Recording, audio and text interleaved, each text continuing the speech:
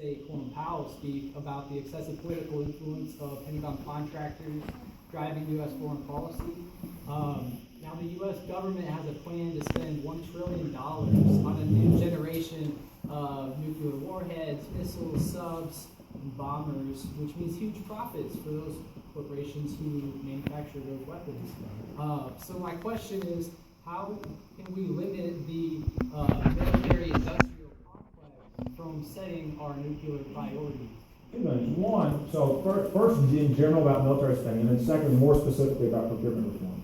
In general, I'm for cutting government. We've got to cut government. We're spending way too much. The one area I do think we need to spend more on is the military. We're in the process of hollowing out our military.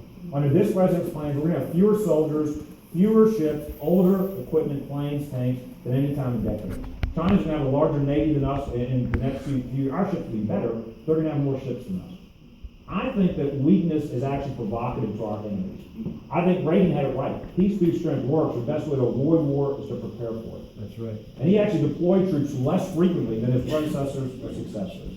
So I think we need to get back to 4% of our GDP in the military. And we're way below that. The Constitution says the first thing the federal government, their first responsibility is to protect us.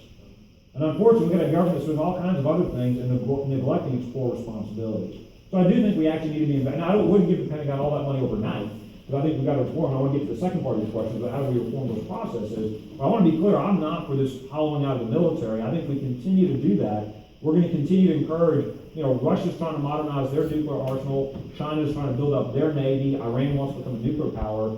Us trying to leave from behind has led to more danger around the world, whether it's ISIS in Syria and Iraq or whether it's Putin in the Ukraine and Syria. You've got, think about this for a second, folks. You've got Putin working with Assad and Hezbollah in Iran and Syria. Think about that.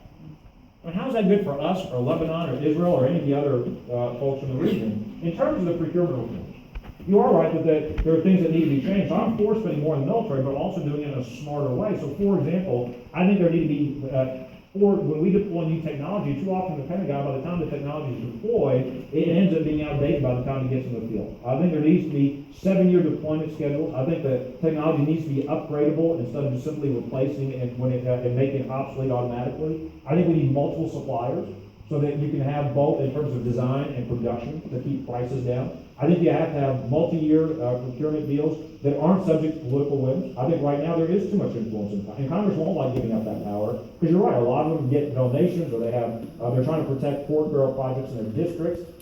The people who really lose aren't only the taxpayers, it's the men and women in uniform who don't get the equipment they actually really need. So you've got to take that power away from the political process. And I've put a detailed paper online. You can go to bobbyjindal.com to see our defense paper. We talk about some of those procurement reforms. Ultimately, I do think we need to take power away from the special interests by not allowing these members of Congress to go become lobbyists afterwards. Too many of them are thinking about the jobs they're going to have when they leave Congress. Make them serve us. The founding fathers intended them to be farmers and business people and family people. This was temporary. They go work and come back home. It was supposed to be sacrifice. And work a job. That's right. Working. To me, these men and women, this is the best job they'll ever get. No wonder they hold on to power so excited. They're not qualified to do anything else. They would never get paid this much anywhere else. So I think that's ultimately how you have to break that. Because in many ways, it's legalized corruption today. And I think we got to break that cycle. And look, you're going to have to force them to do a constitutional amendment to do term limits. I'd love to tell you if we just voted in a few more Republicans, we'd fix it, but that hasn't worked. And they're not going to want to do it. 80% of the American people want term limits. You got to force them to do it.